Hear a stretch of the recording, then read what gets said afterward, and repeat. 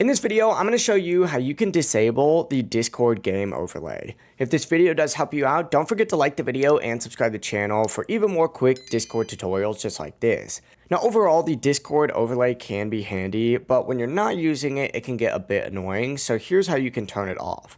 Begin by opening up Discord and going to the bottom left, and you're going to see these user settings right here. Go ahead and click on that to open them up, and in this left hand menu over here, scroll down until you see the activity settings section. As you can see, it's kind of towards the bottom here. Go ahead and select game overlay within this section, and you're going to see the option to enable overlay or disable it. If you have it enabled, simply go ahead and just tick it off just like so. It's going to give you this option here. Just go ahead and exit out of that and you're good to go. But that's it. The overlay is now disabled here on Discord. If you do have any questions, don't hesitate to ask us down in the comment section below. And remember to like and subscribe for even more videos like this. It really does help out the channel and we would greatly appreciate it. I definitely recommend checking out some of our other Discord videos that we have on the channel as well, just because we have so many of them. And a lot of them have very useful tips.